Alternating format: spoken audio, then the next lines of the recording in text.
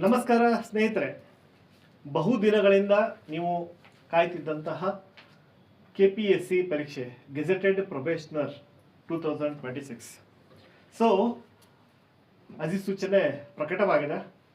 So ನೀವು ಆ ಅಧಿಸೂಚನೆ ಬಗ್ಗೆ ಫಸ್ಟ್ ತಿಳ್ಕೊಳ್ಬೇಕು, ಭಾಳ ಇಂಪಾರ್ಟೆಂಟು. ಹೇಗೆ ಓದಬೇಕು, ಏನು ಮಾಡಬೇಕು ಅದನ್ನು ಇನ್ನೊಂದು ವಿಡಿಯೋನಲ್ಲಿ ಮಾತಾಡೋಣ. ಓಕೆ, ಆದರೆ ಅಧಿಸೂಚನೆ ಬಗ್ಗೆ ಅದರಲ್ಲಿರುವಂಥ ಅಂಶಗಳನ್ನು ಎಷ್ಟೋ ಸರಿ ನಾವು ನೆಗ್ಲೆಕ್ಟ್ ಮಾಡಿ ಆಮೇಲೆ ಅದಕ್ಕೆ ಕೋರ್ಟ್ಗೆ ಅಲ್ದಾಡೋವಂಥ ವಿಚಾರ, KPSCಗೆ ಅಲ್ದಾಡೋವಂಥ ವಿಚಾರ, ಸೊ ಅವುಗಳನ್ನ ಸಾಮಾನ್ಯವಾಗಿ ನೋಡೇ ಇದ್ದೀವಿ. ಹಾಗಾಗಿ ಸ್ಪಷ್ಟವಾಗಿ ಅಧಿಸೂಚನೆಯಲ್ಲಿ ಏನೇನು ಮೆನ್ಷನ್ ಆಗಿದೆ, ಇಂಪಾರ್ಟೆಂಟ್ ಪಾಯಿಂಟ್ಸ್ಗಳು ಏನು, ಅವುಗಳನ್ನ ನೋಡೋಣ ಬನ್ನಿ. ಸೊ ಇಲ್ಲಿ ಮೊದಲನೇದಾಗಿ ಯಾವ್ಯಾವ ಹುದ್ದೆಗಳಿದ್ದಾವೆ, ಯಾವ ಹುದ್ದೆಗಳು ಖಾಲಿ ಇದೆ, ಮತ್ತು ಯಾವುದು ಹೈದರಾಬಾದ್ ಕರ್ನಾಟಕ ವೃಂದದ್ದು ಮತ್ತು RPC ಉಳಿಕೆ ಮೂಲ ವೃಂದದ್ದು ಎಷ್ಟಿದ್ದಾವೆ, ಮತ್ತು ಒಟ್ಟು ಹುದ್ದೆಗಳು ಎಷ್ಟಿದ್ದಾವೆ ಅನ್ನೋದನ್ನು ಕೊಟ್ಟಿದ್ದಾರೆ. ಸೊ ಆಬ್ವಿಯಸ್ಲಿ ನಿಮಗೆ ಅಸಿಸ್ಟೆಂಟ್ ಕಮಿಷನರ್ ಪೋಸ್ಟು ಸೊ 39 ಪೋಸ್ಟ್ಗಳಿದ್ದಾವೆ. ಸೊ ಹಾಗೆ ಒಟ್ಟಾರೆಯಾಗಿ ನಮಗೆ ಗ್ರೂಪ್ A ಮತ್ತು ಗ್ರೂಪ್ B ಎರಡೂ ಕಡೆಯಿಂದ ಸೇರಿಬಿಟ್ಟು ಇಲ್ಲಿ ನೋಡ್ಬೋದು RPC ಅಂದರೆ 297 ಮತ್ತು ಹೈದರಾಬಾದ್ ಕರ್ನಾಟಕ 22, ಒಟ್ಟಾರೆಯಾಗಿ 319 ಪೋಸ್ಟ್ಗಳು ನಿಮಗಾಗಿ ಕಾದಿವೆ. ಸೊ ಇಲ್ಲಿ ಇಂಪಾರ್ಟೆಂಟ್ ಡೇಟ್ಸ್ಗಳ ಬಗ್ಗೆ ಬಂದರೆ ಇಲ್ಲಿ ಅರ್ಜಿ ಸಲ್ಲಿಕೆ ಇವತ್ತಿನಿಂದಲೇ ಆರಂಭ ಆಗಿದೆ. ಸೊ ಕೊನೆಯ ದಿನಾಂಕ ಇದೇ ತಿಂಗಳು 31ನೇ ತಾರೀಕು, ಅಂದರೆ ಆಗಸ್ಟ್ 31. ಸೊ ಹಾಗೆ ಪೂರ್ವಭಾವಿ ಪರೀಕ್ಷೆಯನ್ನು ನವಂಬರ್ 15 ಅಂತ ಟೆಂಪ್ರವರಿಯಾಗಿ ಅನೌನ್ಸ್ ಮಾಡಿದ್ದಾರೆ. ಬಟ್ ಅದೇ ಫಿಕ್ಸು ಆಗ್ಬೋದು, ಬೇಡ ಒಂದು 15-20 ದಿವಸ ವ್ಯತ್ಯಾಸಗಳು ಆಗಬಹುದು. ಬಟ್ ಅಸ್ಯೂಮ್ ಮಾಡ್ಕೊಂಡು ಹೋಗಬೇಕು. ಸೊ ಇದೇ ಡೇಟ್ಗೆ ಎಕ್ಸಾಮ್ ಇದೆ ಅಂತ, ಯಾಕಂದ್ರೆ ನಾಳೆ ಚೇಂಜ್ ಆಗಿಲ್ಲ ಅಂತಂದರೆ ಅಯ್ಯೋ ನನಗೆ ಟೈಮ್ ಸಿಗಲಿಲ್ಲ ಅನ್ನಬಾರ್ದು. ಇನ್ನು ಈ ನಂಬರ್ಗಳನ್ನು ದಯಮಾಡಿ ನೋಟ್ ಡೌನ್ ಮಾಡ್ಕೊಳ್ಳಿ. ಸೊ ಹೆಲ್ಪ್ಲೈನ್ ನಂಬರ್ಸು, ನಿಮಗೆ ಯಾವುದೇ ಡೌಟ್ ಬಂದರೂ ಕೂಡ ಯಾವುದೇ ಹೆಸಿಟೇಷನ್ ಇಲ್ದಂಗೆ ಈ ಹೆಲ್ಪ್ಲೈನ್ ನಂಬರ್ಗೆ ಕಾಲ್ ಮಾಡಿ ಕ್ಲಾರಿಟಿ ತೊಗೊಂಡು ಹಾಕಿ, ಅಸಂಪ್ಷನ್ ಮೇಲೆ ಹಾಕಬೇಡಿ. ಐದರ್ ನಿಮಗೆ ತುಂಬ ಗೊತ್ತಿದ್ದವ್ರ ಹತ್ರ ಕೇಳ್ತೀರಾ, ಅಥವಾ ಇನ್ಯಾರಿಗೂ ಕೇಳಿ ಅವ್ರು ಹೇಳಿದ್ರು ಅಂತ ಹಾಕಿ ಆಮೇಲೆ ತಪ್ಪಾಯಿತು ಅಂತ ಒದ್ದಾಡೋ ಪ್ರಮೇಯ ಬೇಡ. ಸೊ ನೇರವಾಗಿ ಈ ಹೆಲ್ಪ್ಲೈನ್ ನಂಬರ್ಗಳನ್ನು ಬಳಸ್ಕೊಂಡು ನಿಮ್ಗೆ ಏನೇ ಡೌಟ್ ಇರಲಿ, ಎಷ್ಟೇ ಚಿಕ್ಕದಿರಲಿ, ಸೊ ಕ್ಲಾರಿಟಿ ತಗೊಳ್ಳಿ. ಇನ್ನು ಇದಂತೂ ತುಂಬ ಇಂಪಾರ್ಟೆಂಟು. ಏನು ಅಂತಂತಂದರೆ, ಸೊ ನಾವೇನೋ ಅರ್ಜಿಗಳಲ್ಲಿ ಹಾಕಿಬಿಡ್ತೀವಿ. ಸೊ ಒಂದು ಸರಿ ಹಾಕಿದ ಮೇಲೆ ಆಯಿತಾ, ನೀವು ಆಮೇಲೆ ಏನು ಮಾಡ್ತೀರಾ, ಅಲ್ಲಿ KPSCಗೆ ಒಂದು ಲೆಟ್ರ್ ಕೊಡ್ತೀರಾ. ಸೊ ಇದನ್ನ ಚೇಂಜ್ ಮಾಡಿಕೊಡಿ, ಹೆಸರು ಚೇಂಜ್ ಮಾಡಿಕೊಡಿ, ನಂದು ಅಡ್ರೆಸ್ಗಳನ್ನ ಚೇಂಜ್ ಮಾಡ್ಬೋದು, ಡೋಂಟ್ ವರಿ. ಬಟ್ ಆದರೆ ನಾನು ಜನರಲ್ ಮೆರಿಟ್ ಹಾಕ್ಬಿಟ್ಟಿದ್ದೀನಿ, ನಂದು ಆ್ಯಕ್ಚುಲಿ 2A ಬರುತ್ತೆ, 2B ಬರುತ್ತೆ, 3B ಬರುತ್ತೆ. ಸೊ ಹೀಗೆ ನೀವು ಆಮೇಲೆ ಹೋಗ್ಬಿಟ್ಟು KPSCನ ಕೇಳಿದರೆ ಆಗಲ್ಲ. ಬಟ್ ಈ ಸತಿ ಒಂದು ಏನು ಮಾಡಿದ್ದಾರೆ ಅಂತಂದರೆ, ನಿಮ್ಮ ಕರೆಕ್ಷನ್ ಮಾಡ್ಕೊಳಕ್ಕೆ ಅವರೇ ಒಂದ್ಸರಿ ಅವಕಾಶ ಕೊಟ್ಟಿದ್ದಾರೆ. ಸೊ ಅದನ್ನು ಬಳಸ್ಕೊಂಡು ಕರೆಕ್ಷನ್ ಮಾಡ್ಕೋಬಹುದು, ಎಕ್ಸೆಪ್ಟ್ ನಿಮ್ಮ ವಿಳಾಸದ ವಿಚಾರವನ್ನು ಹೊರತುಪಡಿಸಿ. ಅದೇನಂತ ಇಂಪಾರ್ಟೆಂಟ್ ಅಲ್ಲ. ಸೊ ಅಂದರೆ ಎನಿ ಟೈಮ್ ನೀವು ಅದನ್ನು ಚೇಂಜ್ ಮಾಡಬಹುದು, ಅಥವಾ ಅದೇ ವಿಳಾಸದಲ್ಲಿ ನಿಮ್ಗೆ ಏನಾದ್ರು ಕಮ್ಯುನಿಕೇಷನ್ ಆದರೂ ಕೂಡ ತಿಳ್ಕೊಳ್ಳೋಂಥದ್ದೇನು ಕಷ್ಟ ಅಲ್ಲ. ಸೊ ಯಾಕಂದರೆ ಈ ಎಸ್ಪೆಷಲಿ ತುಂಬ ಸೀರಿಯಸ್ ಆಗಿ ನೋಡೋದು ಮೀಸಲಾತಿಯನ್ನು ಅವಾಗ ಕೋರಿರೋದಿಲ್ಲ. ಇದನ್ನು ನಾನು ಹೇಳಿದ್ದು, ಸರ್ ನಂದು 2A ಬರುತ್ತಂತೆ, 3B ಬರುತ್ತಂತೆ, ನಾನು ಅಪ್ಲೈ ಮಾಡಿಲ್ಲ. ಸೊ ನೀವು ಆಮೇಲೆ ಹೋಗಿ ಯಾವುದೇ ರೀತಿಯಲ್ಲಿ ಅವ್ರ ಜೊತೆಗೆ ಗುದ್ದಾಡಿದ್ರು ಪ್ರಯೋಜನ ಆಗಲ್ಲ, ಕೋರ್ಟ್ಗೆಲ್ಲ ಹೋಗಿ ಅಲ್ದಾಡಬೇಕಾಗುತ್ತೆ. ಸೊ ಇವಾಗಲೇ ಕ್ಲಾರಿಟಿ ತೊಗೊಳ್ಳಿ. ನಿಮಗೆ ಡೌಟ್ ಇದ್ದೆ ಅಂದರೆ ಕೇಳಿ, ಇಲ್ಲ ಡೈರೆಕ್ಟ್ ಹೆಲ್ಪ್ಲೈನ್ ನಂಬರ್ಗೆ ಕಾಲ್ ಮಾಡಿ. ಓಕೆ, ಸೊ ಎಲ್ಲ ವಿಚಾರಗಳನ್ನು ಯಾವುದೇ ಕಾರಣಕ್ಕೂ ನೀವು ವೆರಿಫೈ ಮಾಡಿಕೊಂಡು, ಡಬಲ್ ವೆರಿಫೈ ಮಾಡಿಕೊಂಡು ಹಾಕಬೇಕು. ಸೊ ಅಪ್ಲಿಕೇಶನ್ ಹಾಕೋದು ಹೇಗೆ ಅನ್ನೋದನ್ನು ಕೂಡ ನಾನು ತೋರಿಸ್ಕೊಡ್ತೀನಿ. ಇನ್ನು ನಾನು ಹೇಳಿದೆ, ವಿಳಾಸವನ್ನು ನೀವು ಬೇಕಾದರೆ ಆಮೇಲೂ ಕೂಡ KPSCಗೆ ಇನ್ಫಾರ್ಮ್ ಮಾಡಿ ಚೇಂಜ್ ಮಾಡ್ಕೋಬಹುದು, ಅದೇನು ದೊಡ್ಡ ವಿಚಾರ ಅಲ್ಲ. ಸೊ ಆಮೇಲೆ ನೀವು ನಿಮ್ಮ ಫೋಟೋ ಅಪ್ಲೋಡ್ ಮಾಡಿರ್ತೀರಿ, ಏಜ್ ಹಾಕಿರ್ತೀರಿ, ಹಾಗೆ ನಿಮ್ಮ ಎಜುಕೇಷನ್ ಕ್ವಾಲಿಫಿಕೇಷನ್ಗಳನ್ನ ಮೆನ್ಷನ್ ಮಾಡಿರ್ತೀರಿ. ಸೊ ಅದಕ್ಕೆ ಬೇಕಾಗಿರುವಂಥ ದಾಖಲೆಗಳನ್ನು ಕೂಡ ನೀವು ಪ್ರಾಪರಾಗಿ ಅಪ್ಲೋಡ್ ಮಾಡಬೇಕು. ಅಲ್ಲೂ ಕೂಡ ಅಸಂಪ್ಷನ್ ಮಾಡಿಕೊಂಡು ಬಿಡೋ ಹಾಗಿಲ್ಲ. ಎಕ್ಸೆಪ್ಟ್ ನಿಮ್ಮ ಫೈನಲ್ ಇಯರ್ ಡಿಗ್ರಿ ಇದ್ದು ನಿಮಗೆ ಇನ್ನೂ ಮಾರ್ಕ್ಸ್ ಕಾರ್ಡ್ ಬಂದಿಲ್ಲ ಅಂದಾಗ ಅಂಥ ವಿಚಾರಗಳನ್ನ ಹೊರತುಪಡಿಸಿ ಅದಕ್ಕೆ ನಿಮಗೆ ಅಲೋಡ್ ಇರುತ್ತೆ. ಬಟ್ ನೀವು ಇವುಗಳನ್ನ ದಾಖಲೆಗಳನ್ನು ಸ್ಪಷ್ಟವಾಗಿ ಹಾಕಬೇಕಾಗುತ್ತೆ. ಸೊ ಆ ದಾಖಲೆಗಳನ್ನ ಹಾಕಿ ಅದಾದ ಮೇಲೆ ನೀವು ನಿಮ್ಮ ಪೇಮೆಂಟನ್ನು ಮಾಡಿ, ಅಂದರೆ ಫೀಸ್ ಏನಿರುತ್ತೆ ಅದನ್ನು ಕಂಪ್ಲೀಟ್ ಮಾಡಿಕೊಳ್ಳಿ. ಆಮೇಲೆ ಈ ಭಾವಚಿತ್ರಗಳನ್ನ ಹಾಕಬೇಕಾದ್ರೂ ಕೂಡ ಎಂತೆಂಥದ್ದು ಹಾಕ್ಬಿಡೋದು, ಸೈನ್ ಎಂತೆಂಥದ್ದು ಹಾಕ್ಬಿಡೋದು, ಆಮೇಲೆ ರಿಜೆಕ್ಟ್ ಆಯಿತು ಅಂತ ಒದ್ದಾಡಬೇಡಿ. ಸೊ ಕೊಟ್ಟಿರೋ ಸ್ಪೆಸಿಫಿಕೇಷನ್ಗಳನ್ನು ಕರೆಕ್ಟಾಗಿ ಗಮನಿಸ್ಬಿಟ್ಟು ಅಪ್ಲೈ ಮಾಡಬೇಕು. ಇನ್ನು one time registration OTR. So already ನೀವು ಕ್ರಿಯೇಟ್ ಮಾಡ್ಕೊಂಡವ್ರಿದ್ರೆ ನಿಮ್ಗೆ OTR ಅದೇ ಓಪನ್ ಆಗುತ್ತೆ. ಇಲ್ಲ ಅಂತಂದರೆ ಫಸ್ಟ್ ಟೈಮ್ ಹೊಸದಾಗಿ ಮಾಡ್ತಿರೋರಾದರೆ ಸೊ ನೀವು ಒನ್ ಟೈಮ್ ರಿಜಿಸ್ಟ್ರೇಷನ್ ಮಾಡ್ಕೊಳ್ಬೇಕಾಗತ್ತೆ. ಸೊ ಈ ರಿಜಿಸ್ಟ್ರೇಷನ್ನು ಒಂದು ಸರಿ ಮಾಡಿದ ಮೇಲೆ ನೀವು ಯಾವುದೇ ಎಕ್ಸಾಮ್ಗೆ ಅಪ್ಲೈ ಮಾಡಿ KPSCನಲ್ಲಿ, ಸೊ ಇದನ್ನೇ ಯೂಸ್ ಮಾಡ್ಕೊಳ್ಬಹುದು. ಅಥವಾ ನೆಕ್ಸ್ಟು ಇದೇ ಎಕ್ಸಾಮ್ಗೆ ಅಪ್ಲೈ ಮಾಡಿದರೂ ಕೂಡ ಇದನ್ನೇ ಬಳಸ್ಕೊಳ್ಬಹುದು.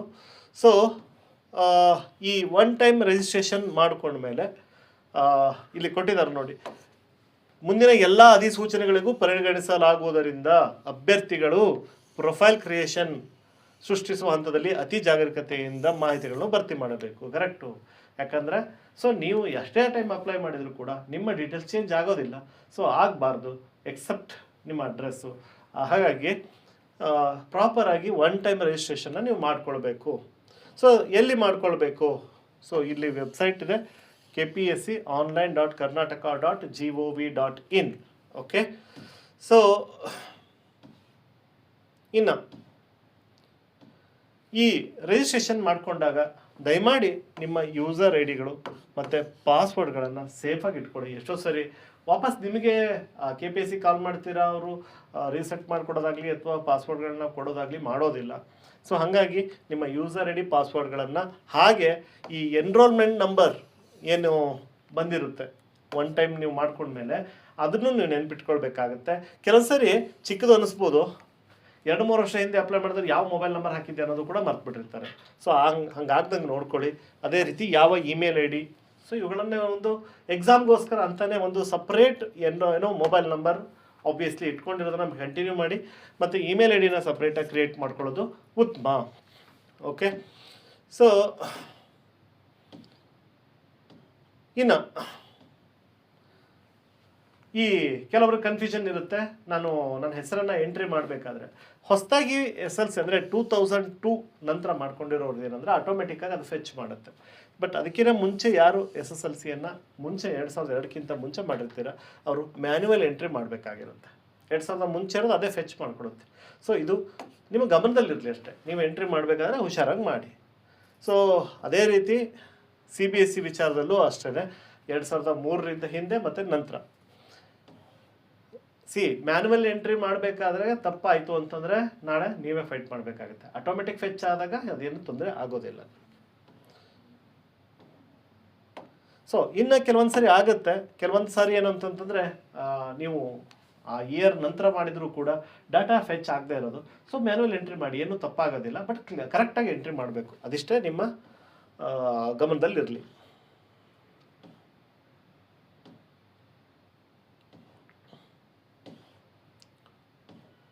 ಆಮೇಲೆ ನೀವು ಯಾವುದೇ ಒಂದು ಏನೋ ಮೀಸಲಾತಿ ತೊಗೊಳ್ಳಿ ಅಥವಾ ಹೈದರಾಬಾದ್ ಕರ್ನಾಟಕ ತೊಗೊಳ್ಳಿ, ಸೊ ನಿಮ್ಮ ಏನೋ ಸರ್ಟಿಫಿಕೇಟು ವ್ಯಾಲಿಡ್ ಇದೆಯಾ ಅಂದರೆ ಪ್ರಾಪರ್ RD ನಂಬರ್ ನಿಮ್ಮ ಹತ್ರ ಇರಬೇಕು. ಕೆಲವೊಂದು ಸರಿ ಎಕ್ಸ್ಪೈರ್ ಆಗಿರುತ್ತೆ, ನೀವು ನೋಡ್ಕೊಂಡಿರೋದಿಲ್ಲ, ಹಾಗೆ ಅಪ್ಲೈ ಮಾಡಿರ್ತೀರ. ಅಟ್ಲೀಸ್ಟ್ ಅಪ್ಲೈ ಮಾಡೋ ಡೇಟ್ಗೆ ಅದು ವ್ಯಾಲಿಡ್ ಇರಬೇಕು. ಅದು ನಿಮ್ಮ ಗಮನದಲ್ಲಿ ಇರಲಿ.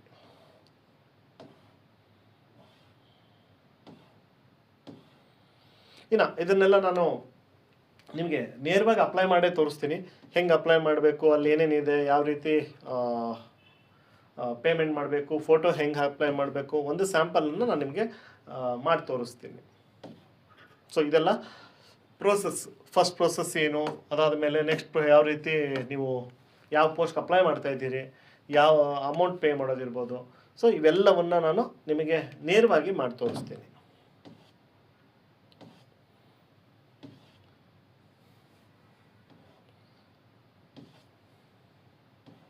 ಸೊ ಹಾಗಿದ್ರೆ ಇದಕ್ಕೆ ಅಪ್ಲೈ ಮಾಡಲಿಕ್ಕೆ ಫೀಸ್ ಎಷ್ಟು ಕಟ್ಟಬೇಕು? ಸೊ ಈ ಜನರಲ್ ಮೆರಿಟ್ ಅವರು 600, ಹಾಗೆ 2A 2B 3A 3B ಇವರೆಲ್ಲರಿಗೆ 300 ಇದೆ, ಮತ್ತು ಎಕ್ಸ್ ಸರ್ವಿಸ್ ಮೆನ್ಗೆ 50 ರೂಪೀಸ್ ಇದೆ. ಹಾಗೆ ಪ್ರವರ್ಗ 1 ಮತ್ತು ಅಂಗವಿಕಲರು, SC ಮತ್ತು ST ಪರಿಶಿಷ್ಟ ಜಾತಿ ಮತ್ತು ಪಂಗಡದವ್ರಿಗೆ ಯಾವುದೇ ರೀತಿ ಶುಲ್ಕ ಇರೋದಿಲ್ಲ. ಸೊ ಇದನ್ನು ನೀವು ಗಮನಿಸಬೇಕು.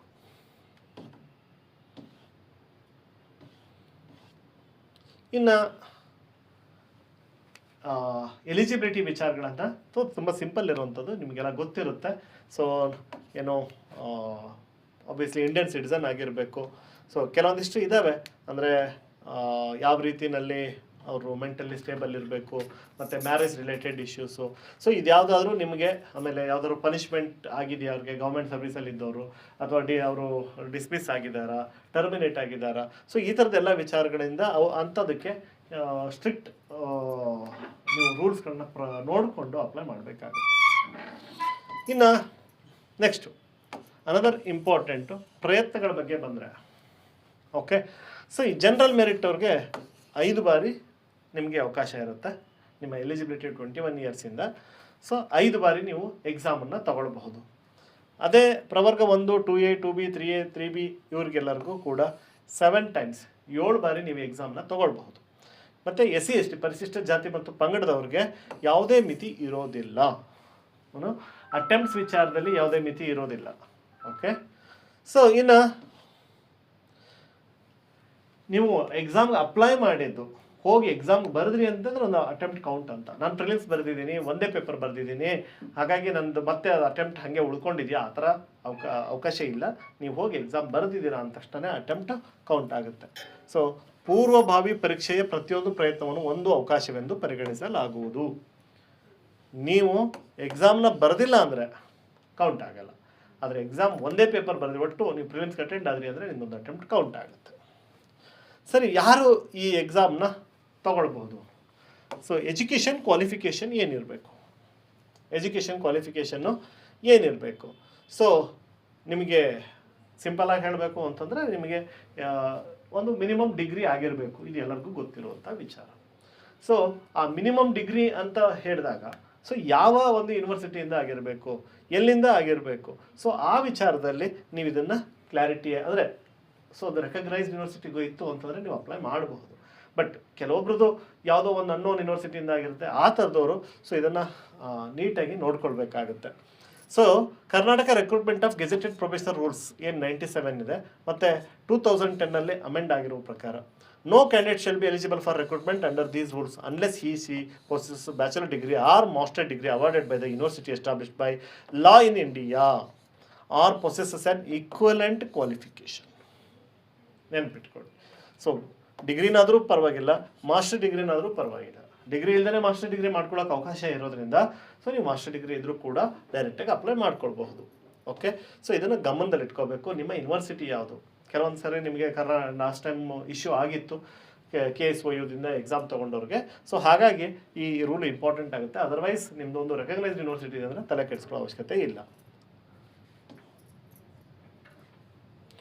ಇನ್ನು ಕೆಲವೊಬ್ಬರು ಇನ್ನೂ ಎಕ್ಸಾಮ್ ಅಂದರೆ ಕಂಪ್ಲೀಟ್ ಆಗಿರೋದಿಲ್ಲ ಡಿಗ್ರಿ, ಅವ್ರಿಗೂ ಸಂಬಂಧಪಟ್ಟಂಗೆ, ಅಂದರೆ ಆ ಎಕ್ಸಾಮ್ಗೆ ಇನ್ನೂ ಅವರು ಕಂಪ್ಲೀಟ್ ಆಗಿಲ್ಲದೆ ಇದ್ದರೂ ಕೂಡ ಅವರು ಎಕ್ಸಾಮ್ಗೆ ಅಪಿಯರ್ ಆಗ್ಬೋದು ಅಂದರೆ ಆಗಬಹುದು. ಆದರೆ ಸೊ ಆ ಪರೀಕ್ಷೆಯ ಫಲಿತಾಂಶ ಪ್ರಕಟಗೊಳ್ಳದೇ ಇದ್ದಲ್ಲಿ ಓಕೆ ಅಂತಹ ಅಭ್ಯರ್ಥಿಗಳು ಪೂರ್ವಭಾವಿ ಪರೀಕ್ಷೆಗೆ ಪ್ರವೇಶ ಪಡೆಯಲು ಅರ್ಹರಾಗಿರುತ್ತಾರೆ. ಸೊ ಎಕ್ಸಾಮ್ ಬರೆದಿದ್ದಾರೆ, ಪ್ರಕಟಗೊಂಡಿಲ್ಲ, ತೊಂದರೆ ಇಲ್ಲ, ಯಾಕಂದರೆ ಯಾವತ್ತಾರು ಒಂದು ದಿವಸ ರಿಸಲ್ಟ್ ಬರುತ್ತೆ. ಸೊ ಹಾಗಾಗಿ ಆದರೆ ಒಂದು ವೇಳೆ ಅವರು ಮುಖ್ಯ ಪರೀಕ್ಷೆಗೆ ಕ್ವಾಲಿಫೈ ಆದರು, ಮುಖ್ಯ ಪರೀಕ್ಷೆಯನ್ನು ತೆಗೆದುಕೊಳ್ಳಬಹುದು ಎಂದು ಆಯೋಗ ಘೋಷಿಸಿದ ಮೇಲೆ, ಆದರೆ ಅವರು ಮೇನ್ಸ್ ಎಕ್ಸಾಮ್ಗೆ ಅಪ್ಲೈ ಮಾಡಬೇಕಾದ್ರೆ ಸೊ ಅವರು ಕಂಪಲ್ಸರಿ ಆ ಒಂದು ಸರ್ಟಿಫಿಕೇಟನ್ನು ಅಪ್ಲೋಡ್ ಮಾಡಬೇಕಾಗತ್ತೆ. ಇದು ನಿಮಗೆ ತುಂಬ ಇಂಪಾರ್ಟೆಂಟು, ನೆನಪಿರಲಿ. ಪ್ರಿಲಿಮ್ಸ್ ಏನೋ ಬರೆದು ಬಿಡ್ಬೋದು, ಆದರೆ ಮೇನ್ಸ್ ಬರಿಬೇಕಾದ್ರೆ ಸೊ ನಿಮಗಿಲ್ಲಿ ಕಂಪಲ್ಸರಿ ಆ ಟೈಮಲ್ಲಿ ಅಪ್ಲೈ ಮಾಡಬೇಕಾದ್ರೆ ನೀವು ಸರ್ಟಿಫಿಕೇಟ್ ಹಾಕಲೇಬೇಕಾಗುತ್ತೆ. ಒಂದು ವೇಳೆ ನೀವು ಮೇನ್ಸ್ ಟೈಮಲ್ಲೂ ಸಿಗೋದಿಲ್ಲ ಅಂತ ಚಾನ್ಸ್ ಇದ್ದರೆ ನೀವು ಪ್ರಿಲಿಮ್ಸ್ ತಗೊಳ್ಳೋದು ವ್ಯರ್ಥ ಪ್ರಯತ್ನ ಆಗುತ್ತೆ. ಸೊ ಇದ್ರ ಬಗ್ಗೆ ಸ್ವಲ್ಪ ಗಮನ ಇರಲಿ.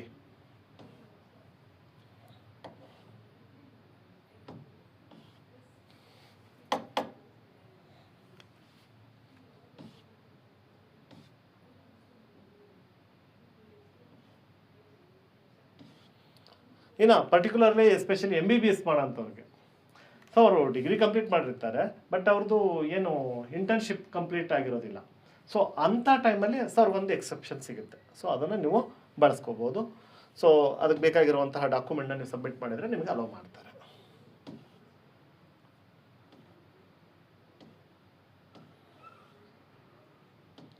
ಇನ್ನು ಸ್ಪರ್ಧಾತ್ಮಕ ಅಂದರೆ ಎಕ್ಸಾಮ್ ಯಾವ ಸೆಂಟ್ರಲ್ ತೊಗೋಬೋದು. ಸೊ ನಿಮಗೆ ಬಹಳಷ್ಟು ಸೆಂಟರ್ಗಳನ್ನ ಕೊಡ್ತಾರೆ, ಅದು ಅದ್ರ ಬಗ್ಗೆ ವರಿ ಮಾಡ್ಕೊಳ್ಳೋಕ್ಕಿಂತಲ್ಲ. ಬೆಂಗಳೂರು ಇರ್ಬೋದು, ಧಾರವಾಡ ಇರ್ಬೋದು, ಶಿವಮೊಗ್ಗ ಇರ್ಬೋದು, ಹೀಗೆ.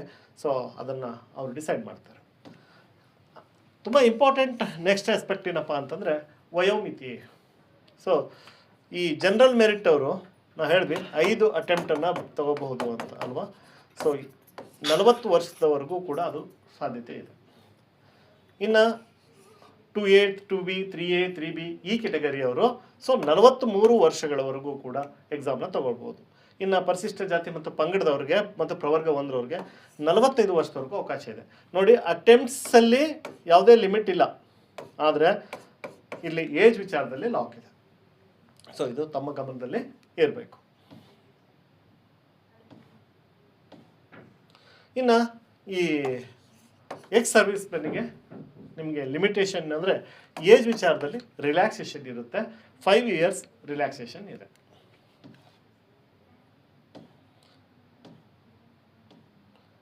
ಸೊ ಇನ್ನು ಪರ್ಟಿಕ್ಯುಲರ್ಲಿ ಫಿಸಿಕಲಿ ಚಾಲೆಂಜ್ಡ್ ಇರೋಂಥವ್ರಿಗೆ ಹಾಗೆ ವಿಡೋಗೆ ಸೊ ರಿಲ್ಯಾಕ್ಸೇಷನ್ ಸಪ್ರೇಟ್ ಆಗಿರುತ್ತೆ. ಸೊ ಅದನ್ನು ನೀವು ಗಮನಿಸ್ಕೋಬೋದು.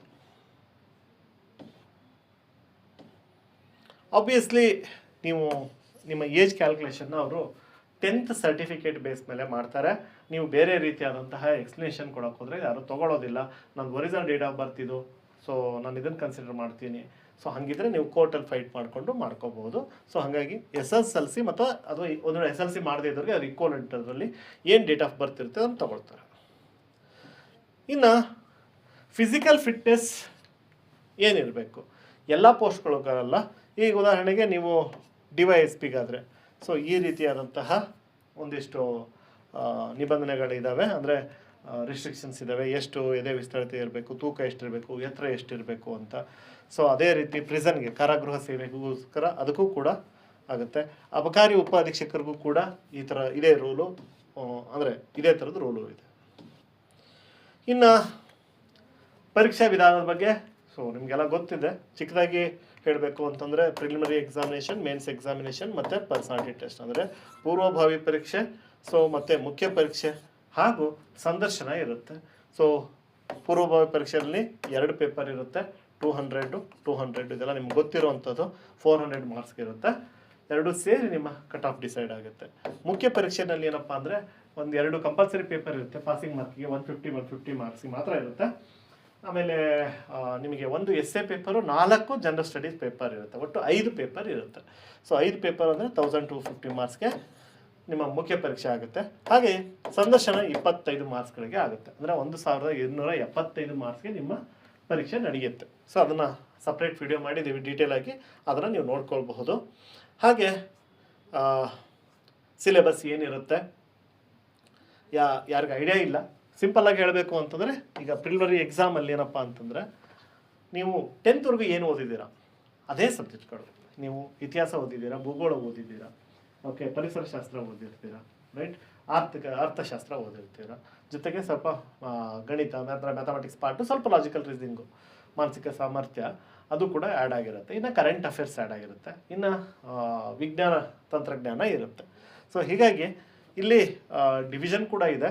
ಸೊ ಇದನ್ನು ಸಪ್ರೇಟ್ ವಿಡಿಯೋ ಇದೆ, ಡೆಫಿನೆಟ್ಲಿ ನೀವು ಈ ವಿಡಿಯೋ ಕೆಳಗಡೆ ಇರೋ ಲಿಂಕಲ್ಲಿ ಅದನ್ನು ಕ್ಲಿಕ್ ಮಾಡಿ ನೋಡ್ಕೋಬೋದು. ಸೊ ಯಾವ ರೀತಿ ಅದು ಡಿವೈಡ್ ಆಗಿದೆ, ಸೊ ಪೇಪರ್ 1 ಮತ್ತು ಪೇಪರ್ 2 ಆಗಿ ಹೇಗೆ ಡಿವೈಡ್ ಆಗಿದೆ, ಎರಡರಲ್ಲೂ 100 ಕ್ವಶನ್ಸ್ಗೆ ಯಾವ ರೀತಿ ಒಂದು ಡಿವಿಷನ್ ಇದೆ, ಸೊ ಎಲ್ಲಿಂದ ಮಾರ್ಕ್ಸ್ ಬರುತ್ತೆ, ಸೊ ಪ್ರತಿಯೊಂದನ್ನು ಕೂಡ ನೀವು ಆ ವಿಡಿಯೋದಲ್ಲಿ ಗಮನಿಸ್ಬೋದು. ಅದನ್ನು ಕೆಳಗಡೆ ಡಿಸ್ಕ್ರಿಪ್ಷನ್ನಲ್ಲಿದೆ, ನೋಡ್ಕೋಬೋದು. ಇನ್ನು ಇದೆಲ್ಲ ಯಾವ ರೀತಿ ನಿಮ್ಮ ಆಯ್ಕೆ ಆಗುತ್ತೆ, ಯಾವ ರೀತಿಯಲ್ಲಿ ಎಷ್ಟು ಜನರನ್ನ ಸೆಲೆಕ್ಟ್ ಮಾಡ್ತಾರೆ, 1:15 ಮಾಡ್ತಾರಾ, 1:12 ಮಾಡ್ತಾರಾ, ಅಥವಾ ಇಂಟರ್ವ್ಯೂನಲ್ಲಿ 1:3 ಮಾಡ್ತಾರಾ, 1:5 ಮಾಡ್ತಾರಾ. ಸೊ ಆ ಎಲ್ಲ ಡೀಟೇಲ್ಸ್ಗಳು ಇಲ್ಲಿದೆ. ಸೊ ನಿಮ್ಮ ಅದ್ರ ಬಗ್ಗೆ ನೀವು ಇವಾಗ ತಲೆ ಕೆಡಿಸ್ಕೊಳ್ಳೋದು ಏನೂ ಇಲ್ಲ. ಓಕೆ, ಸೊ ಇಲ್ಲಿ ಮುಖ್ಯ ಪರೀಕ್ಷೆದ್ದು ಸಿಲೆಬಸ್ಸನ್ನು ಕೂಡ ಹಾಕಿದ್ದಾರೆ. ಇದಕ್ಕೆಲ್ಲ ಸಪ್ರೇಟ್ ವಿಡಿಯೋಸ್ ಇದೆ, ಹಾಗಾಗಿ ನಾನು ಇಲ್ಲಿ ಎಕ್ಸ್ಪ್ಲೇನ್ ಮಾಡ್ತಾ ಇಲ್ಲ. ಅದನ್ನು ನೀವು ಡೀಟೇಲಾಗಿ ಅಂದರೆ 1 ಅವರ್ ಡೀಟೇಲಾಗಿ ಕೂತ್ಕೊಂಡು ಅರ್ಥ ಮಾಡ್ಕೊಳ್ಬಹುದು. ಓಕೆ, ಸೊ ಇನ್ನು ಎಕ್ಸಾಮ್ ವಿಚಾರಕ್ಕೆ ಬಂದಾಗ ಸೊ ನೀವು ಒಂದಿಷ್ಟು ಏನು ಸರ್ಟಿಫಿಕೇಟ್ಗಳನ್ನ ತಗೊಳ್ಬೇಕಾಗತ್ತಲ್ವ. ಸೊ ಆ ಸರ್ಟಿಫಿಕೇಟು ಯಾವ ರೀತಿ ಇರಬೇಕು, ಪ್ರಮಾಣ ಪತ್ರಗಳು ಯಾವ ರೀತಿ ಇರಬೇಕು, ಸೊ ಅದನ್ನು ಇಲ್ಲಿ ಸ್ಪಷ್ಟವಾಗಿ ಕೊಟ್ಟಿದ್ದಾರೆ. ಜಾತಿ ಮತ್ತು ಮೀಸಲಾತಿ ಪ್ರಮಾಣ ಪತ್ರಗಳು. ಓಕೆ, ಸೊ ನಮೂನೆ ಡಿ, ನಮೂನೆ ಇ, ನಮೂನೆ ಎಫ್ ಯಾರಿಗೆ ಅಂತ ತುಂಬ ಕ್ಲಿಯರ್ ಇದೆ. ನೀವು 2A 2B 3A 3B ಅವರಾದರೆ ನಮೂನೆ ಎಫ್ ಎಲ್ಲಿದೆ ಸರ್? ಇಲ್ಲೇ ಕೆಳಗಡೆ ಇದೆ, ನೀವು ನೋಡ್ಬೋದು, ಕೊನೆಗೆ ಬರುತ್ತೆ. ಪ್ರವರ್ಗ 1 ಆದರೆ ನೀವು ನಮೂನೆ ಇ ಅನ್ನು ಫಾಲೋ ಮಾಡಿ. ನೀವು ಪರಿಶಿಷ್ಟ ಜಾತಿ ಮತ್ತು ಪಂಗಡದವರಾದರೆ ನಮೂನೆ ಡಿ ಅನ್ನು ನೋಡ್ಬೋದು. ಸೊ ಡಿ ಎಫ್ ನಮೂನೆಗಳಲ್ಲಿ ಒಂದು ನಿಮಗೆ ಅಪ್ಲೈ ಆಗುತ್ತೆ, ನೀವು ಯಾವುದಾದ್ರು ಒಂದು ಗ್ರೂಪ್ಗೆ ಸೇರಿದ್ರೆ. ಜನರಲ್ ಅವ್ರಿಗೆ ಅದರ ಅವಶ್ಯಕತೆ ಇರೋದಿಲ್ಲ. ಓಕೆ, ಇನ್ನು ಸೊ ನೀವು ಈ ಪ್ರಮಾಣ ಪತ್ರಗಳನ್ನ ತೊಗೊಂಡಿರ್ತೀರಲ್ವ, ನಾನು ಹೇಳಿದೆ ಸಿಂಪಲ್ಲಾಗಿ, ಒಂದು ಸರಿ ತೊಗೊಂಡಿದ್ದು 5 ವರ್ಷ ವ್ಯಾಲಿಡಿಟಿ ಇರುತ್ತೆ. ಓಕೆ, ನೀವು ಅದರಲ್ಲಿ ವ್ಯಾಲಿಡಿಟಿ ಇದೆಯಾ ಅಂತ ಅನ್ನೋದನ್ನು ಚೆಕ್ ಮಾಡ್ಕೋಬೋದು ಆ RD ನಂಬರ್ ಮುಖಾಂತರ. ಓಕೆ, ಇದು ಹಿಂದುಳಿದ ವರ್ಗಗಳಿಗೆ ಆಗಿರುವಂಥದ್ದು. SC STದು ಅನ್ಲಿಮಿಟೆಡ್ ಇರುತ್ತೆ, ಬಟ್ ಸ್ಟಿಲ್ ನೀವು ಒಂದ್ಸರಿ ಏನಾದ್ರು ಬದಲಾವಣೆಗಳಿದೆಯಾ ಕಾನೂನಿನಲ್ಲಿ, ರೂಲ್ಸ್ಗಳಲ್ಲಿ ಅನ್ನೋದನ್ನು ಗಮನಿಸ್ಕೊಂಡು ನೀವು ತಗೊಳ್ಬೇಕು. ಮತ್ತು ಇಲ್ಲಿ ಲೀಸ್ಟ್ ಇದೆ. ಸೊ ನೀವು ಯಾವ ಇದಕ್ಕೆ ಸೇರ್ತೀರಾ, ಯಾವುದಕ್ಕೆ ಸೇರಲ್ಲ, ಅಂದರೆ ಹಿಂದುಳಿದವ್ರಿಗೆ ಸೇರ್ತಿರೋ, ಪರಿಶಿಷ್ಟ ಜಾತಿಯವರ, ಪಂಗಡದವರ, ಏನು ಎತ್ತ, ಸೊ ಅವುಗಳನ್ನು ನೀವು ವೆರಿಫೈ ಮಾಡಿಕೊಂಡು ಹಾಕ್ಕೋಬೇಕು. ಯಾಕೆ ಅಂತಂತಂದರೆ, ಸೊ ನೀವು ಒಂದು ಸಾರಿ ತಪ್ಪು ಮಾಡಿದ್ರಿ ಅಂದರೆ ನಿಮಗೆ ಆ ಮೀಸಲಾತಿಯಲ್ಲಿ ಅದನ್ನು ಬದಲಾವಣೆ ಮಾಡೋಕ್ಕಾಗಲಿ, ಅಥವಾ ಒಂದು ವೇಳೆ ಸೆಲೆಕ್ಟ್ ಆಗಿಬಿಟ್ಟಿದ್ರೆ ಬೈ ಚಾನ್ಸ್ ಅಂದರೆ ನಿಮ್ಮ ಅಭ್ಯರ್ಥಿತನವನ್ನೇ ಅವರು ರದ್ದುಗೊಳಿಸಬಹುದು. ಓಕೆ,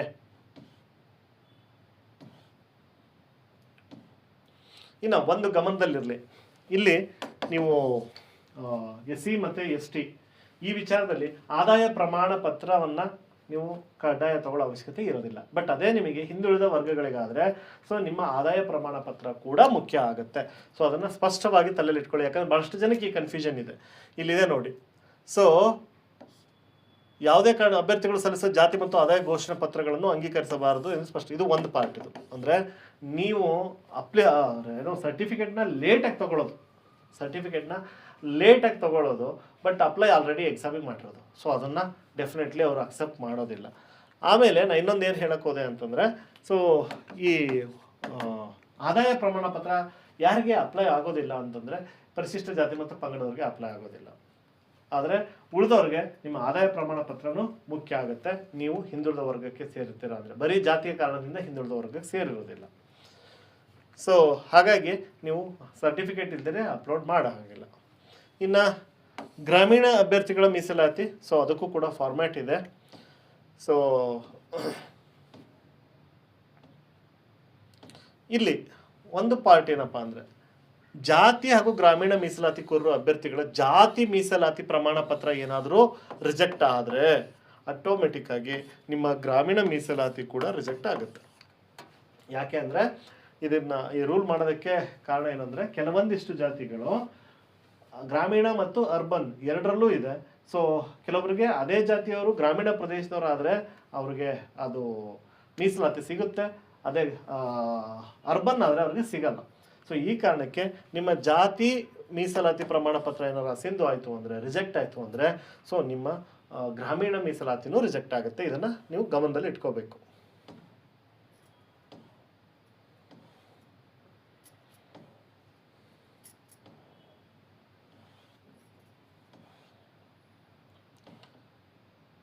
ಸೊ ಇನ್ನು ಕನ್ನಡ ಮಾಧ್ಯಮ ಅಭ್ಯರ್ಥಿಗಳ ಮೀಸಲಾತಿ, ಸೊ ಇದು ನೇರವಾಗಿದೆ. 1ನೇ ಕ್ಲಾಸಿಂದ 10ನೇ ಕ್ಲಾಸ್ವರೆಗೂ ನೀವು ಕನ್ನಡ ಮಾಧ್ಯಮದಲ್ಲಿ ವ್ಯಾಸಂಗ ಮಾಡಿದರೆ ಅದಕ್ಕೆ ಸಂಬಂಧಪಟ್ಟ ಶಾಲೆ ಮುಖ್ಯೋಪಾಧ್ಯಾಯರ ಸಹಿ ಅಥವಾ ಶಿಕ್ಷಣಾಧಿಕಾರಿಗಳಿಂದನೋ ಸೊ ಅಲ್ಲಿ ಆ ಫಾರ್ಮ್ಯಾಟಲ್ಲಿ ನೀವು ಸೈನ್ ಮಾಡಿಸ್ಕೊಂಡು ರೆಡಿ ಇಟ್ಕೊಂಡ್ರೆ ಆಯಿತು.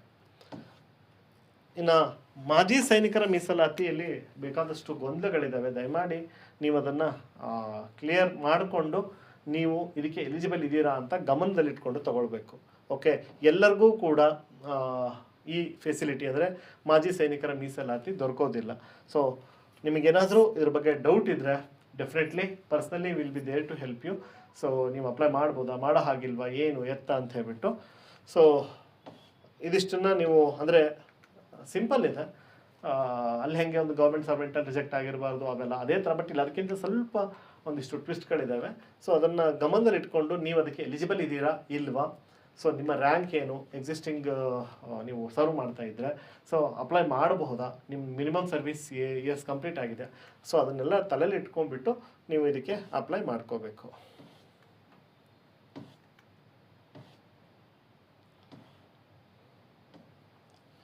ಇನ್ನು ಸೇಮ್ ಥಿಂಗ್ 371J ಅಂಡರ್ಲಿ ಹೈದರಾಬಾದ್ ಕರ್ನಾಟಕ ಪ್ರದೇಶಕ್ಕೆ ಸೇರಿದ ಅಭ್ಯರ್ಥಿಗಳು ಅದಕ್ಕೆ ಸಂಬಂಧಪಟ್ಟಂತಹ ಪ್ರಮಾಣ ಪತ್ರಗಳನ್ನು ನೀಡಬೇಕಾದ್ರೆ ಸೊ ಇಲ್ಲಿ ಸ್ಥಳೀಯ ವ್ಯಕ್ತಿ ನೀವು ಅಲ್ಲಿ ರಿಸೈಡ್ ಆಗಿದ್ರಿ ಅನ್ನೋದಕ್ಕೆ ನೀವು ಅನುಬಂಧ ಏನಲ್ಲಿ ಇರುವಂಥ ಫಾರ್ಮ್ಯಾಟಲ್ಲೇ ನೀವು ಪ್ರಮಾಣ ಪತ್ರವನ್ನು ತಗೊಂಡು ಸಬ್ಮಿಟ್ ಮಾಡಬೇಕಾಗತ್ತೆ. ನೀವು ಯಾವ್ಯಾವುದೋ ಫಾರ್ಮ್ಯಾಟಲ್ಲಿ ತೊಗೊಂಡ್ಬಂದರೆ ಅವರು ರಿಜೆಕ್ಟ್ ಮಾಡುವಂತಹ ರೈಟ್ಸ್ ಇರುತ್ತೆ. ದಯಮಾಡಿ ಸಣ್ಣ ಪುಟ್ಟ ಬದಲಾವಣೆಗಳು ಓಕೆ, ಬಟ್ ಅವ್ರು ಏನು ಫಾರ್ಮ್ಯಾಟ್ ಕೊಟ್ಟಿದ್ದಾರೆ ಅದೇ ಫಾರ್ಮ್ಯಾಟಲ್ಲಿ, ಯಾಕಂದರೆ ಸೆಂಟ್ರಲ್ ಗೌರ್ಮೆಂಟ್ದು ಬೇರೆ ಇದೆ, ಸ್ಟೇಟ್ ಗೌರ್ಮೆಂಟ್ ಬೇರೆ ಇದೆ. ಸೊ ಹಾಗಾಗಿ ಎಲ್ಲ ಫಾರ್ಮ್ಯಾಟ್ಗಳು ಕೆಳಗಡೆ ಇದ್ದಾವೆ. ಸೊ ಅದನ್ನು ನೀವು ಬಳಸ್ಕೋಬೇಕಷ್ಟೇ.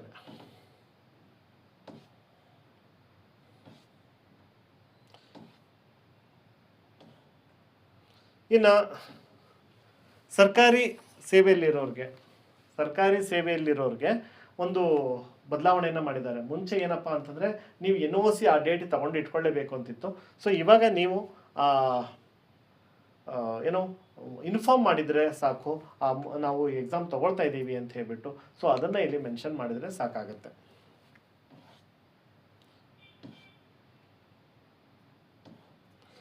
ಇನ್ನು ಅಂಗವಿಕಲ ಅಭ್ಯರ್ಥಿಗಳು ಕೂಡ ಸೊ ನೀವು ಯಾವ್ಯಾವುದೋ ಆಸ್ಪತ್ರೆಯಿಂದ ತೆಗೆದುಕೊಂಡು ಬಂದಂತಹ ಒಂದು ಸರ್ಟಿಫಿಕೇಟನ್ನು ಸಬ್ಮಿಟ್ ಮಾಡಿದರೆ ನಿಮಗೆ ಖಂಡಿತವಾಗ್ಲೂ ನಿಮಗೆ ಈ ಮೀಸಲಾತಿ ಸಿಗೋದಿಲ್ಲ.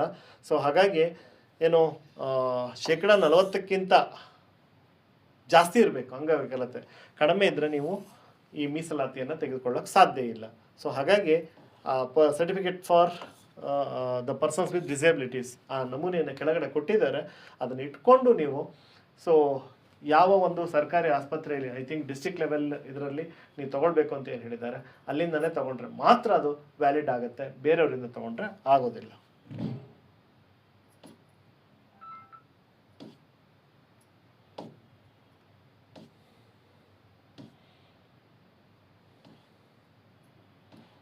ಸೊ ಹಾಗೆಯೇ ಈ ಟ್ರಾನ್ಸ್ಜೆಂಡರ್ ತೃತೀಯ ಲಿಂಗದ ಅಭ್ಯರ್ಥಿಗಳು ಕೂಡ ಎಕ್ಸಾಮ್ಗಳನ್ನ ತಗೊಳ್ತಾ ಇದ್ದೀರಾ. ಸೊ ನಿಮಗೂ ಕೂಡ ಈ ಏನು ಫಾರ್ಮ್ಯಾಟ್ ಇದೆ ಆ ನಿಗದಿತ ಫಾರ್ಮ್ಯಾಟಲ್ಲಿ ನೀವು ಅಪ್ಲಿಕೇಶನ್ನ ಹಾಕಬೇಕಾಗತ್ತೆ, ಮೀನ್ಸ್ ಸರ್ಟಿಫಿಕೇಟ್ನ ಸಬ್ಮಿಟ್ ಮಾಡಬೇಕಾಗತ್ತೆ. ಸೊ ಇದು ನಾನು ಆಲ್ರೆಡಿ ಹಿಂದೆ ಹೇಳಿದೆ, ಸಾರಿ, ಅದು ಹೈದರಾಬಾದ್ ಕರ್ನಾಟಕದ್ದಿತ್ತು. ಸೊ ಇಲ್ಲೇನಪ್ಪ ಅಂತಂದರೆ ಇಲ್ಲಿ ಅಭ್ಯರ್ಥಿ ಆತನ ಆಯ್ಕೆ ಅಧಿಸೂಚನೆಗೊಂಡ ಕೂಡಲೇ ಅಂದರೆ ಅವನಿಗೆ ನೇಮಕಾತಿ ಆದೇಶ ಹೊರಡಿಸುವ ಮುನ್ನ ನಿರಪೇಕ್ಷಣ ಪತ್ರವನ್ನು ನೇಮಕಾತಿ ಮಾಡಲು ಸಕ್ಷಮವಾದ ಪ್ರಾಧಿಕಾರಕ್ಕೆ ಹಾಜರುಪಡಿಸಬೇಕಾಗಿರುತ್ತದೆ. ಸೊ ಮುಂಚೆನೇ ಅಲ್ಲ, ಇಲ್ಲಿ ಮುಂಚೆ ಏನಿತ್ತು ಅಂತಂತಂದರೆ ಎಕ್ಸಾಮ್ ಅಪ್ಲೈ ಮಾಡೋಕ್ಕಿಂತ ಮುಂಚೆನೇ ತೊಗೋಬೇಕಿತ್ತು NOC. ಸೊ ಇಲ್ಲೇನಪ್ಪ ಅಂತಂದರೆ ಅವನು ಆಯ್ಕೆ ಆದಮೇಲೆ ಅವನು NOC ಕೊಡೋದಕ್ಕೆ ರೆಡಿ ಇರಬೇಕು. ಸೊ ಅಂದರೆ ಇನ್ಫಾರ್ಮ್ ಮಾಡಿರಬೇಕು, ಆ ಟೈಮಿಗೆ ಕೊಡೋಕ್ಕೆ ರೆಡಿ ಇರಬೇಕು. ಸೊ ಇದು ರೀಸೆಂಟಾಗಿ ಆಗಿರುವಂತಹ ಬದಲಾವಣೆ ಇದು. ಸೊ ಇದನ್ನು ನೀವು ಗಮನದಲ್ಲಿಟ್ಕೋಬೇಕು. ಓಕೆ, ಇನ್ನು ಯಾವುದೇ ಪತ್ರ ವ್ಯವಹಾರ ಮಾಡಬೇಕು ನೀವು ಆಯೋಗದ ಜೊತೆಗೆ ಅಂದರೆ ನಿಮ್ಮ ಹೆಸರು, ನಿಮ್ಮ ರಿಜಿಸ್ಟ್ರೇಷನ್ ನಂಬರು, ನಿಮ್ಮ ಇದನ್ನು ಅವ್ರಿಗೆ ಮೆನ್ಷನ್ ಮಾಡಿಬಿಟ್ಟು ನೀವು ನಿಮ್ಮ ಕನ್ಸರ್ನ್ ಏನಿದೆ ಅದನ್ನು ಬರಬಹುದು. ಅದು ಅಡ್ರೆಸ್ ಚೇಂಜ್ ವಿಚಾರ ಇರ್ಬೋದು ಅಥವಾ ಇನ್ಯಾವುದೋ ತಪ್ಪಾಗಿರಬಹುದು. ಸೊ ಇಷ್ಟೆಲ್ಲ ಹೇಳಿದ ಮೇಲೂ ಕೆಲವೊಂದು ತಪ್ಪುಗಳಾಗಿತ್ತು ಅಂತಂದರೆ ಆಯೋಗದ ಜೊತೆಗೆ ಹೇಗೆ ಪತ್ರ ವ್ಯವಹಾರ ಮಾಡಬೇಕು ಮತ್ತು ಯಾವುದನ್ನು ಅವ್ರು ಕನ್ಸಿಡರ್ ಮಾಡ್ತಾರೆ, ಯಾವುದನ್ನು ಮಾಡಲ್ಲ, ಅದಕ್ಕಿಂತ ನಾನು ಹೇಳೋದು ಇವಾಗಲೇ ಸ್ಪಷ್ಟವಾಗಿ ಕರೆಕ್ಟಾಗಿ ಅಪ್ಲಿಕೇಶನ್ನ ಹಾಕೋದು ಮುಖ್ಯ. ಓಕೆ, ಸೊ ಇಲ್ಲಿ ಒಂದು ರೌಂಡು ಎಲ್ಲ ಚೆಕ್ ಲಿಸ್ಟ್ ಇದೆ, ಆ ಚೆಕ್ ಲಿಸ್ಟನ್ನು ದಯಮಾಡಿ ಇಟ್ಕೊಳ್ಳಿ. ಆಮೇಲೆ ನಿಮ್ಮ ಕ್ಯಾಂಡಿಡೇಚರ್ ಕ್ಯಾನ್ಸಲ್ ಆಗೋದಕ್ಕೆ ಕಾರಣಗಳೇನು ಅದನ್ನು ಕೂಡ ಕೊಟ್ಟಿದ್ದಾರೆ, ಅವೆಲ್ಲ ನಿಮಗೆ ಗೊತ್ತಿದೆ, ನಾನು ಹೇಳಬೇಕಾಗಿಲ್ಲ. ಓಕೆ, ಇನ್ನು ಇಲ್ಲಿ ನೀವು ಹುದ್ದೆಗಳ ವರ್ಗೀಕರಣವನ್ನು ನೋಡ್ಕೋಬೋದು. ನಿಮಗೆ ಯಾವ್ಯಾವುದು ಅಪ್ಲಿಕೇಬಲ್ ಇದೆ ಅಂದರೆ ನಿಮಗೆ ಗ್ರಾಮೀಣ ಹುದ್ದೆಗಳು ಎಷ್ಟಿದ್ದಾವೆ, ಇತರೆ ಮಹಿಳೆಗೆ ಎಷ್ಟಿದ್ದಾವೆ, ಇತರೆ ಎಷ್ಟಿದ್ದಾವೆ, ಕನ್ನಡ ಮಾಧ್ಯಮದವ್ರಿಗೆ ಎಷ್ಟಿದ್ದಾವೆ, ಅಂಗವಿಕಲರಿಗೆ ಎಷ್ಟಿದ್ದಾವೆ, ತೃತೀಯ ಲಿಂಗದವ್ರಿಗೆ ಎಷ್ಟಿದೆ, ಎಲ್ಲ ಇದಿಷ್ಟು ಕೂಡ ನಿಮಗೆ ಪೋಸ್ಟ್ ವೈಸ್ ಪ್ರತಿಯೊಂದು ಪೋಸ್ಟು ಮತ್ತು ಹಾರಿಜಾಂಟಲ್ ಮತ್ತು ವರ್ಟಿಕಲ್ ರಿಸರ್ವೇಷನ್ ಏನಿದೆ ಅದರ ಪ್ರಕಾರ ನಿಮಗಿಲ್ಲಿ ಅಷ್ಟು ಡೀಟೇಲ್ಸ್ ಇದೆ. ಅದಾದ ಮೇಲೆ ಕೆಳಗಡೆಗೆ ನಿಮಗೆ ಅಷ್ಟು ಅನುಬಂಧದಲ್ಲಿ ಈಗೇನು ನಮೂನೆಗಳಂತ ಹೇಳಿದ್ವಲ್ಲ, ಸೊ A ನಮೂನೆ ಇರ್ಬೋದು, B ನಮೂನೆ ಇರ್ಬೋದು, D, E, F ನಮೂನೆಗಳು. ಸೊ ಆ ಎಲ್ಲ ನಮೂನೆಗಳನ್ನು ಕೆಳಗಡೆ ಕೊಟ್ಟಿದ್ದಾರೆ. ಸೊ ನೀವು ಆ ನಮೂನೆಗಳನ್ನು ಸುಮ್ಮನೆ ಗಮನಿಸೋದಾದರೆ